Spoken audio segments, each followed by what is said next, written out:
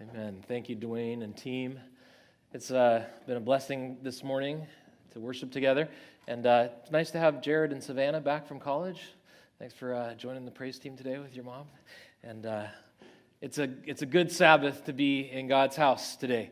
Pastor George and Leanne are away with their family. I think maybe they're watching on live stream this morning. Pastor George, Leanne, if you're watching, we love you, and we hope that you're having an amazing time with your grandkids over there in Wenatchee. It's that week kind of between Christmas and New Year's. I heard quite a few people this week talking about the fact that the week between Christmas and New Year's is like a somewhat of a daze. You know what I'm talking about? Like you're not even sure where you should be. If you work in an office, nothing's getting done in that office anyway. So should you go to work or not? And some people aren't even sure what their name is, I guess, after the holiday. It's just that holiday confusion. So you can maybe feel my pain if you know that I was born during that week, the week that everybody's confused about. So I had a birthday this last week, and I'm another year older, another trip around the sun. Thank you so much for all of the well wishes that I received. For those of you who actually knew what day it was and were able to wish me happy birthday on my birthday. For those of you who didn't know what day it was and your wishes came in late, it's cool. It's still time. It doesn't matter. We have a bonus week this year in December. Next year, the same thing, 5 Sabbaths in December next year. We're in the middle of a sermon series right now called Advent for Adventists. And so as we talked about what we were going to do, it's that weird thing of, okay, do we undecorate the church because it's the 30th and people are, Christmas is behind us. But we're still in the season of Christmas, really, and there's still this Christmas spirit. We're still in that week of fogginess, and I bet your Christmas tree is still up at home. You know that people used to celebrate the 12 days of Christmas? That's true. The 12. You've heard the song, on the first day of Christmas, my true love gave to me. I don't know why they got so many birds back then. By the way, it's not just a partridge in a pear tree. Have you noticed that? It's like the geese and I don't know. It's a weird song, but the 12 days of Christmas used to actually begin on Christmas Eve and ended with the celebration of a feast called Epiphany on January 6th. Many places actually in Europe, many religious traditions actually celebrate Christmas on January 6th. And so it's not entirely out of place for us to be taking a little bit more time to enjoy this 5th Sabbath of December as a Christmas-themed Sabbath. And so as we're thinking about Advent for Adventists, it's interesting. Today's passage is actually from Matthew chapter 2, and we're going to be looking at the story of the wise men, the Magi, coming to find the baby Jesus, which is actually something that has been strongly associated with the celebration of Epiphany. And the fact that the wise men likely showed up not to the manger but to a house and found Jesus, there's reasons for us to think about the Christmas story again one more week here. And so in just a moment I'm going to ask you to open your Bibles to Matthew chapter 2, and that's what we're going to be doing. Let's bow our heads first before we come to Scripture and just ask the Lord's Holy Spirit to be here and to open our hearts and minds. God, thank you for your word. Today, we're thankful not just for your written word, but for your word revealed in Jesus Christ through the incarnation. And thank you that your word is still today living and alive. It's able to touch our hearts in exactly the ways that we need it to. You're able to show us exactly what you need to show us today. And so by the miracle of your Holy Spirit, I pray that you will do that as we come to your word today. In Jesus' name, amen. Amen. Matthew chapter 2, the Magi. Incidentally, this is the second year in a row. When we preach during Christmas season, during December, usually there's really only one collection of stories that we preach from. And Pastor George and I were smiling about the fact that this is the second year in a row that I preached on the first Sabbath of Advent and talked about John the Baptist, and I'm now preaching on the last Sabbath of Advent and preaching about the story of the Magi. And that happened last year as well. Pastor George was joking with me about how people remember my sermons, and he said, you could just preach the same sermon that you did last time, and no one would know because they won't remember what you said last year. And I thought about it. We laughed about that, and I thought about it, and then I said, no, someone here is going to remember what I talked about last year. I thought maybe we should just pass around an open mic today, and I'll quiz you over what we talked about last year. Well, we're going to be, this is not the same sermon. If you want to hear part one of this sermon, listen to last year at about this time. And I am going to do a little bit of review, but let's begin in Matthew 2 with just reading the word of the Lord, the narrative found there in Matthew 2. It's on the screen. I'm reading from the New Living Translation. You're welcome to follow along there or in your own Bible. In verse 1 of Matthew chapter 2, it says, Jesus was born in Bethlehem in Judea during the reign of King Herod. About that time, some wise men from eastern lands arrived in Jerusalem asking, where is the newborn King of the Jews? We saw his star as it rose, and we have come to worship him. King Herod was deeply disturbed when he heard this, as was everyone in Jerusalem. And he called a meeting of the leading priests and teachers of the religious law and asked, where is the Messiah supposed to be born? In Bethlehem, in Judea, they said, for this is what the prophet wrote. And you, O Bethlehem, in the land of Judah, are not least among the ruling cities of Judah. For a ruler will come from you who will be the shepherd for my people Israel. And then Herod called for a private meeting with the wise men, and he learned from them the time when the star first appeared. Then they told him, and then he told them, go to Bethlehem and search carefully for the child, and when you find him, come back and tell me so that I can go and worship him too. After this interview, the wise men went on their way, and the star they had seen in the east guided them to Bethlehem. It went ahead of them and stopped over the place where the child was. When they saw the star, they were filled with joy. They entered the house and saw the child with his mother, Mary, and they bowed down and worshipped him. Then they opened their treasure chests and gave him gifts of gold, frankincense, and myrrh. When it was time to leave, they returned to their own country by another route, for God had warned them in a dream not to return to Herod. I want to begin by asking the question, and this is the review part. Who were the wise men? Who were the Magi? You'll remember, if you remember my sermon from last year, that we talked about the reality that there is a lot of confusion about what the Bible actually says about the wise men. Do you remember that we talked about the reality that some of what we know about the wise men we don't actually know from Scripture. We know maybe from tradition or from ideas that people have brought in. So I want to begin by asking the question, who were the Magi? Did you get a chance to watch the little kids' Christmas video that we played in church on the 16th for our Christmas Sabbath? And I hope you've seen that on social media and had a chance to share it. Super cute. If you didn't get a chance, go. You can find it on Facebook. But it was kind of fun to ask the questions to the kids about the wise men, because we asked questions. Some of them didn't make it into the final cut, but we asked questions about things like, what were the wise men's names? Do you know the names of the wise men?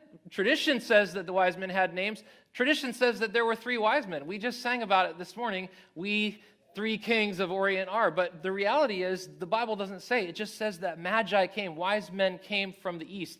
The number 3 comes from tradition and from the fact that there were 3 gifts that were brought. And so we would do well to ask the question, what do we know for sure about the wise men? Number 1, we know that they were from eastern lands, right?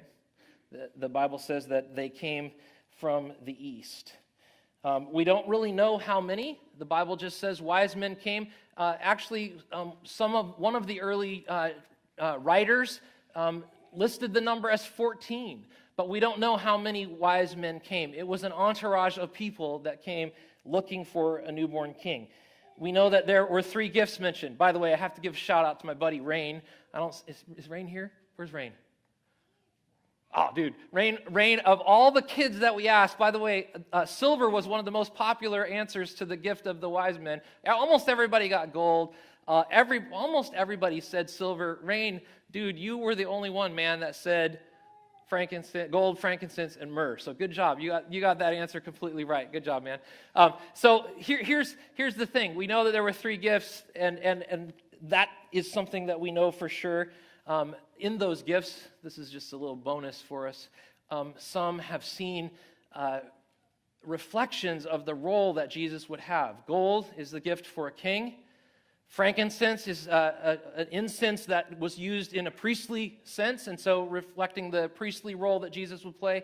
Myrrh, a spice that was used for embalming, pointing to Jesus' role as dying as Savior of the world. And so we know that they brought 3 gifts. We also know that they were somehow looking for a star. And I don't want to spend a lot of time with this one, but they knew that something significant was going to be happening. And if you remember last year, we talked about the connection between Daniel and the Magi.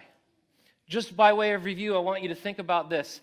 The Daniel narrative, you remember how the book of Daniel starts with Daniel being taken into captivity, and he was in Babylon, and he became a servant to the king, and there was a dream that the king had, and the king said to all of his wise men, the word magi, the wise men were called together, and the king said, I want you to tell me the dream that I had and its interpretation. And of course they couldn't do that. And then it says Daniel came and he called on the Lord, and the Lord revealed to Daniel the dream and its interpretation. And Daniel, Daniel interpreted that dream for the king, saved the lives because the king had condemned all of the Magi to death, saved the lives of the Magi. And Daniel, the Bible says in Daniel chapter 2, that Daniel became the chief of the Magi. So I want you to see the connection between the Magi and Daniel, the Daniel story. The Magi that showed up looking for Jesus were likely connected with the same group of Magi from Babylon that Daniel had been the leader of. These were men who had come to know through Daniel's leadership and his ministry in his faithfulness in a foreign place. They had come to know the God Yahweh. And they had come to know the prophecies, and they had begun to see the prophecies, some of them connected directly with the tradition of the Magi. Balaam's prophecy from Numbers chapter 22 about a star and a scepter. Balaam was one of the Magi. And so there's a connection there that Daniel probably helped them to see. What about Micah and his prophecy about a deliverer to come in Bethlehem? And what about the 70 weeks prophecy that Daniel gave that helps to know the beginning of that time frame that would count down until, as the Bible says, the fullness of time had come. Jesus came on time. And that 70-week prophecy was something that probably the Magi knew. Those are some things that we know about the Magi. We know that they were looking, that they were intent on following God and finding this newborn king for the purpose of, as the text reveals, worshiping him. I want to kind of end our review with that and move into a couple of things that I want to share with you that I think this narrative speaks to, that I hope will be a blessing to us in our own consideration of this story and the ways maybe that it intersects with our lives. And here's the first thing that I want to say. As I looked at this story, I began to realize that the chosen weren't paying attention, and others came to worship. The Savior was born in Bethlehem to his people. All those promises down through history, the ones that we just reviewed and many others, God had called a people, his chosen people, and the reality was that even when the Magi came looking for the star, they went to the temple and they inquired from Herod, and Herod went to the priests and the leaders and asked them, what about this king? They knew the answer, by the way. They knew that the king was going to be born in Bethlehem, but they missed the nativity event because They weren't paying attention. And one of the sad but also positively challenging truths that I see in this story is that if the chosen aren't paying attention, God looks for the willing. If the chosen aren't paying attention, God looks for and finds and works through the willing. I have a picture that the church shared on social media. I think we're going to put it on the screen for you. That says just that. If the chosen aren't paying attention, God finds the willing. By the way, I want to just press pause for 1 second. Can we do that? And I want to talk to you for one quick second about ways that you can help the church to have a more effective ministry in your circle of influence. This is a direction that I would like to see us to be able to go, where the church is looking for opportunities to create pieces of media that you can share as an opening to have a spiritual conversation with people. I think probably all of us have have seen people who use social media to share Bible texts constantly and to share maybe in the Adventist context Ellen White quotes and those kinds of things on a very regular basis. And I think sometimes that approach isn't super effective in reaching people outside, or maybe people who God has put in your social circle that He's working in their lives. And I want to just challenge you with something. We're looking for opportunities to create media that adds value to your life and that maybe has significant questions or raises significant conversations. And so as you see that, I want to just encourage you, as you feel like led by God, to just share that out with friends on your social media. And hopefully the church can begin to speak maybe outside the walls of the church in a way, or help you to have that influence in a positive way. I know that just in posting this on my social media, I've already had a couple of conversations this week with people who asked questions, or we had a talk a little bit about, and this connects with the message of what we're preaching. By the way, it's not too late for you to be able to share that and maybe have a conversation this week about how that statement connects with the Christmas story, the story of the Magi. If the chosen aren't paying attention, God finds the willing. Here's the reality. Religious outsiders, showed up to an event that God had intended for all of the chosen to witness and to be present and to engage in worship. But the chosen weren't paying attention. And so God found the willing. Now, I think that holds a little bit of two-edged sword for us. On the one hand, it's a little bit scary because we realize that it's possible to be part of the chosen, but be so disconnected that we're not paying attention and we miss what God is doing.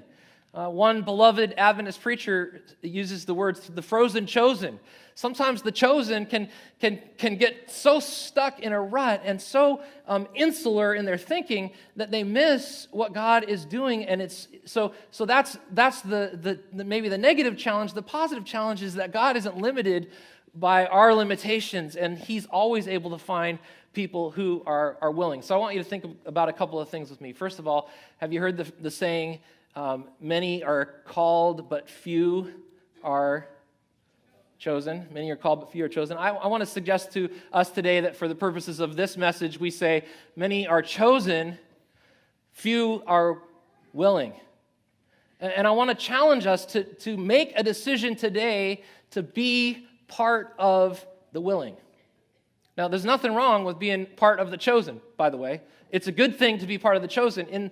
In this context of the story, God had a chosen people. They didn't represent everyone that God was working in and through. And so I want you to think about the fact, though, that in the New Testament, that chosen people was expanded to include all those that God that name the name of Christ. 2 Peter talks about the fact that all of us are chosen, that we are a chosen people, a royal priesthood, all of us who are following God. Here's the thing. The message for you today is you are part of the chosen. That's the good news of this passage. You're part of the chosen. Your life has a call on it, and you are set apart to be part of God's chosen people. That's the good news. The bad news is that being part of the chosen doesn't necessarily mean that you're part of the willing. Amen. Being named by God as part of the chosen The children of Israel, the ones who missed the coming of the Messiah in that context, they were part of the chosen too, but they weren't part of the willing. And so I want to challenge us today to make a decision and to act on that decision, to say to God, God, I want to be part of the willing. I don't want to miss what you're doing in this world. Here's a question, and it's a sobering question for us to consider. Could we become so distracted, maybe sometimes with good things? By the way, when I say that the chosen weren't paying attention, well, they were paying attention to some things. They weren't paying attention necessarily to what God was doing in that moment, but they were paying attention they were going through the motions of religious observance. They were paying attention to the commandments of God. They were paying attention to many things that are good things to pay attention to, but they missed where God was leading in that moment, in that place. Are you with me? Is it possible that we, church, could become confused or distracted as part of the chosen and miss in such a way what God is doing that he needs to look for the willing? Can I personalize it even more for us as a congregation? Do you believe that God has a ministry for us in Happy Valley? I believe that he does. And by the way, I want to say, in saying this, I'm not discounting the ministry that is already taking place in Happy Valley, and I'm so thankful. A case in point would be the ministry that has been happening between this church and the Pleasant Valley Elementary School. That's a cool connection. By the way, Pleasant Valley people got to stick together. You know what I'm saying? Because nobody knows where Pleasant Valley is anymore. But we got a church named Pleasant Valley. There's a nursery down there named Pleasant Valley, and there's a school named Pleasant Valley. All of those organizations, we got to stick together. And we're doing that. It was really cool to see the coats rolling in and all of the supplies that this church gave to the Pleasant Valley Elementary School students and to the teachers there. And I'm thankful for what's happening. But let me ask you this question. Is it possible that we could come to a place or be in a place where we're not paying attention to a calling, a ministry calling that God has for us right here in Happy Valley as his chosen people in Happy Valley? I mean, we believe that God has chosen us for a specific reason in this community. Could we miss it in such a way that God moves on and looks for the willing? Could someone else be doing the work that God has called us to do because the chosen weren't paying attention and so God went looking for the willing? That's a good question for us to ask. Yes? That is certainly a real possibility. And so here in Pleasant Valley, I want to challenge us as a church to begin praying, God, let us be the willing. Let us not miss what you've called your chosen people to do here in Happy Valley. Let us be also the willing in this community. Now, I want to take it to your personal circle. Have you ever had someone share a conversion story with you that's a part of your circle of influence and realize that God had put them in a place where you could have shared and could have been a part of that story, but you weren't a part of that story for whatever reason, and you realize God has been at work in this person's life and I haven't known it? That in your circle of influence, God's chosen you for something specific. He's chosen you to be a part of what he's doing in the lives of people around you. And I want to challenge you, not just in our church context, but in your personal life, to make a decision, to make a commitment to be the willing.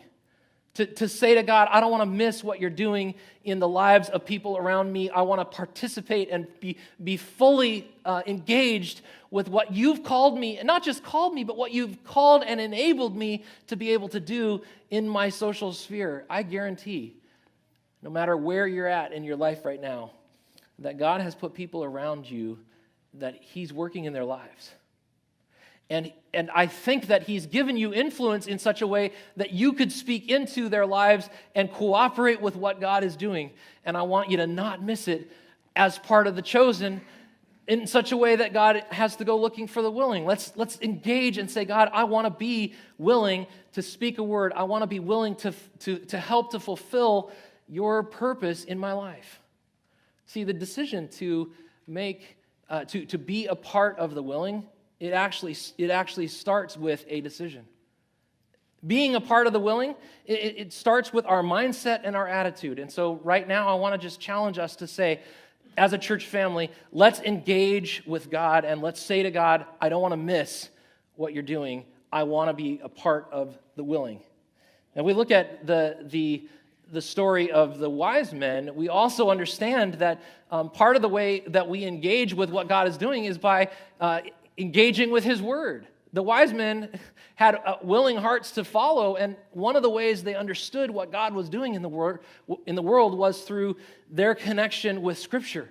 And I think that that holds true in our own lives as well. So we start with a willing spirit and an attitude, and we make the choice to say, God, I want to be part of the willing. And then we come to Scripture and we say, how does your word inform my life today to be more engaged with what you're doing, God? And then the last thing is we have our eyes wide open and we're looking. The wise men were looking for what God was doing. They were looking for this. They came specifically to find a baby. They got up. I've thought of it today, and I was driving here and was thinking about the reality that if I was alive and was one of the magi, would I have put down all the stuff that I had going on in my life and got on a camel or whatever and made the trek to Jerusalem? Would I have engaged? Would I have done the work to be where God? Were my eyes wide open to what God is doing? That's the question that I think I want to challenge us with today and say, are we willing? Are we going to be a part of what God is doing because we've made a decision to be not just chosen, but to be chosen and willing?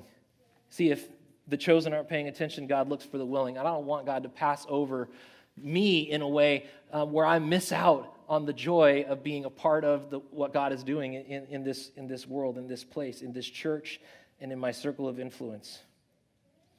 Second thing I want to call us to think about with this story is the fact that God used outsiders to come and point insiders in the right direction. You with me on this one? The wise men were men from the east. They were not a part of the chosen in that context of God's chosen nation of Israel. And God used them to point the chosen in the right direction. The willing were leading the chosen. And I love the reality that it's outsiders that were coming in. And you know, it's interesting. Matthew, the book of Matthew, the Gospel of Matthew was written primarily to the Jews. Isn't it interesting that Matthew is the only gospel that records the visit of the Magi? I mean, you would think that Luke would have been the one to include the narrative about the Magi because his gospel was written to all of the Gentiles, really. And so here are, Gentiles coming, and no, it's Matthew he's an insider, writing to insiders and saying, hey guys, look, the chosen missed it.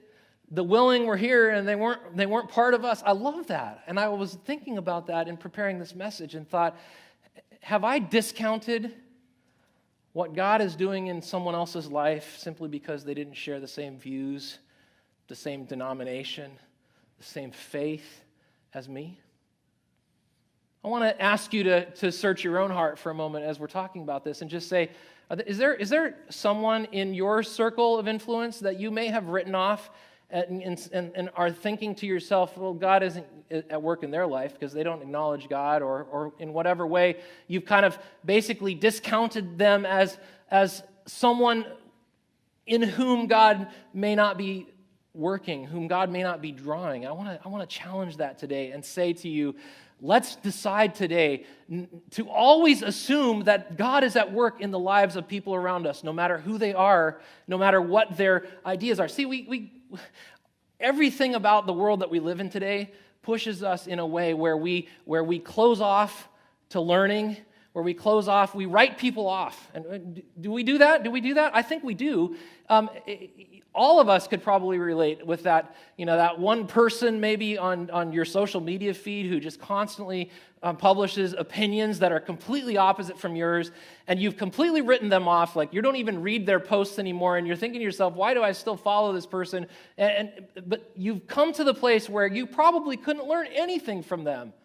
And I think that that's kind of indicative of how the world just kind of pushes us in different directions, and it's easy to disengage from somebody. Well, they're not even Christian. What could God be doing in their life? I want to challenge that idea today and just challenge you with the reality that the Bible teaches. I mean, Jesus himself said, if I am lifted up from the earth, he's speaking about his crucifixion on the cross, will, what? Draw, how many? All humankind, the word there that Jesus often translated man, but mankind to me. So here's the thing. If you are breathing, God is drawing you to him. If you're alive and part of the all mankind thing, then God is drawing you to himself. God is at work in the life of every person that you encounter every day. And I want to challenge you to become a learner. What if God had somebody who had a willing heart and he wanted to use that willing person to speak to the life of somebody who's chosen? Now, this challenged me. This challenges me to think about the reality that God is at work in the lives of people that I might discount. I might be tempted to look at somebody and think, well, what could I learn from them? I have a degree from the seminary. Woohoo! What could I learn from that person? Or what could I learn from somebody who doesn't even practice Christianity? What could I learn from... And that discounts the fact that God is at work in the lives of all people. And I'm challenged on this to think outside of my own insular thinking, my own box. What if... Here's an analogy that I thought. You ever do a jigsaw? You like jigsaw puzzles? Anybody do a puzzle over holiday with their family? Come on, raise your hands, puzzle people. Come on, seriously? Nobody? I don't really like puzzles. I see somebody outing somebody else, like they're pointing at a hand that wasn't raised. I don't really like puzzles all that much. But my wife loves puzzles. Jigsaw puzzles are her thing. My sister also loves puzzles, and I've watched my nephews like sidle up and sit at the table and talk, and then at some point they sneak a piece of the puzzle and put it in their pocket, walk away. There's nothing more frustrating than getting to the end of your puzzle and having some pieces missing, you know? And then at some point, you know, somebody walks up and hands a puzzle piece. Has God ever given you a puzzle piece from somebody you didn't think was doing a puzzle? Okay, stay with me now. Has God ever used someone in a surprising way to help you know something about himself? Has God ever used someone that you had no expectation that they even had a connection with God, or that God would be active in their life, and then they spoke into your life in a positive way? That happens more often than we recognize sometimes. And it's happened for me in some very real ways. I think I might have shared this story. I want to refer to it again. I had an experience where I was going through a very difficult experience in my life, and I preached a sermon in church. This was when I was pastoring down in Medford, and I raised a question that was a personal question for me. And at the end of the service, a man came, somewhat disheveled looking, dressed in ragged clothes, smelled a little bit like alcohol. And as he came up to me, I thought to myself, he's going to ask me for money, because that happens, if you hadn't noticed, to pastors. And so I thought he's going to ask me for money. He came up and he said, the Lord gave me something to share with you. That was the opposite of what I thought was going to happen. I thought he was going to ask me to give him something. Instead, he had something to give to me. He said, I have a text for you that the Lord gave me, and I wanted to share it with you. And he told me the text, and I was like, okay, cool. And then he said, I took the trouble to write it down, and he pulled out a piece of paper and gave it to me, and I thanked him for that. And it was just a text reference, and he said goodbye and walked away. And I went home later and looked up that text and read, and that was undeniably a word from the Lord for me. Listen, church, God is working in all kinds of people in all kinds of ways. If they're breathing, God is working. Whether they acknowledge him or not, and somebody, God might send somebody to your life who can give you a piece of a puzzle that you're assembling, and God has the ability to be able to do that. God did that through the Magi for his chosen people, calling those priests and others to focus on what had happened in the manger event. And I think that it's a good reminder for us because, you see, if you believe that and you remind yourself of that on a daily basis, it changes the way that you relate to people. What if you started every day by saying, God, I believe that you are at work in the life of every person, that you are drawing all men and women to yourself. Don't let me miss the ways that you're doing that. How would that change the way that you interact with people who are sitting next to you on the Max? The way that you would change your conversations with your coworkers? And I'm not talking about getting all preachy. What I'm saying is just relating to people as people whom God is drawing to himself. And who might have an insight that would teach you something about God.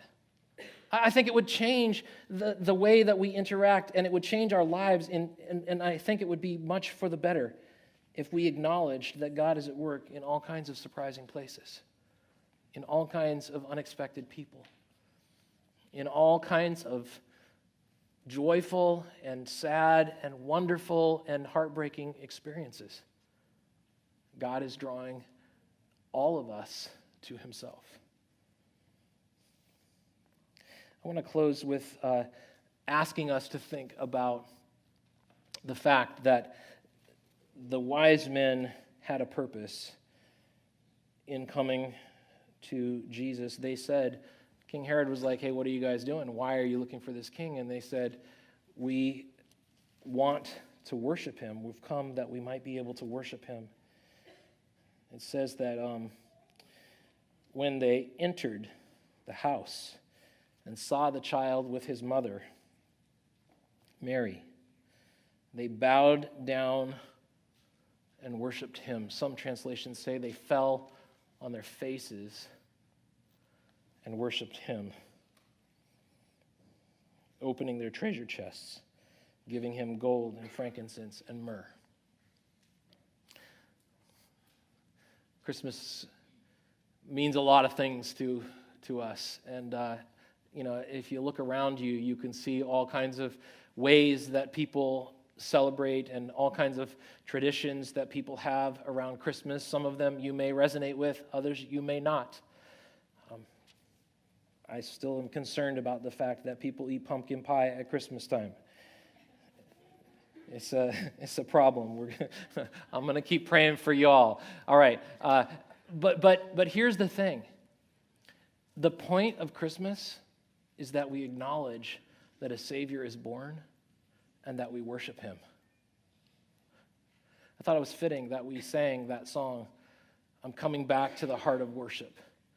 I'm sorry, Lord, for the thing I've made it. And I think about Christmas oftentimes, it's easy for us, even as God's chosen people, it's easy for us to kind of lose our focus on what the point is, and the story of the Magi reminds us that the Christmas narrative, the incarnation event, is a call to worship. I don't know what your Christmas looked like this year or what your Christmas traditions are, but I want to challenge you to continue to connect the spiritual center of the manger event, the incarnation, with whatever you do in your remembrance of Christmas. Can I meddle a little bit? Families. Are we helping our kids to worship the Lord at Christmas? I'm not saying don't do presents. That's not what I'm saying. Don't miss this. What I'm saying is, what's the center of our experience in our remembrance of this season? The point is that we join the wise men in falling on our faces and worshiping. Christmas isn't about Santa Claus and reindeer and all that kind of stuff. We know that. But here's the thing. Even for us as Christians, it's really easy to just kind of lose our focus on worshiping God incarnate in the person of Jesus Christ. Christmas, the whole point of Adventists celebrating the Christmas time and remembering the Advent is that we're looking back at the first Advent of Jesus and remembering that God loved us enough to want to be with us, and that's what the incarnation is all about, and that God loves us enough to still want to be with us, and that's what the second coming is about. Advent is for Adventists because Advent points to the first Advent and reminds us of the second Advent. If God is faithful to keep his promise once, he'll keep his promise twice. And the whole Bible is a promise made and a promise kept. And so that inspires worship. And I want to challenge us as we kind of officially, as a church, kind of close our focus on the Advent for 2017. I want to challenge us to commit together as the chosen people of God, as people who have willing hearts, to say we engage with the reality of the Christmas narrative, and that is that God came to be born, to be our Savior, and that means that he is fully worthy of our worship. And my prayer is that we would, like the wise men, give that worship freely of our own volition. I love that image of them coming into the house and falling down on their faces in worship. We're going to close our time of worship together today with singing a song that it's interesting, you know, is we sing it often as a call to worship. And we sing it all during the year, but it is a call to worship that directly connects with the incarnation event. And so we're not going to sing it at the beginning of our service today. We're going to sing it at the end of our service. Let's stand together and sing this beautiful song, Here I Am to Worship. Look for the Christmas narrative in this song as we sing it together and choose to be a part of the willing as we worship.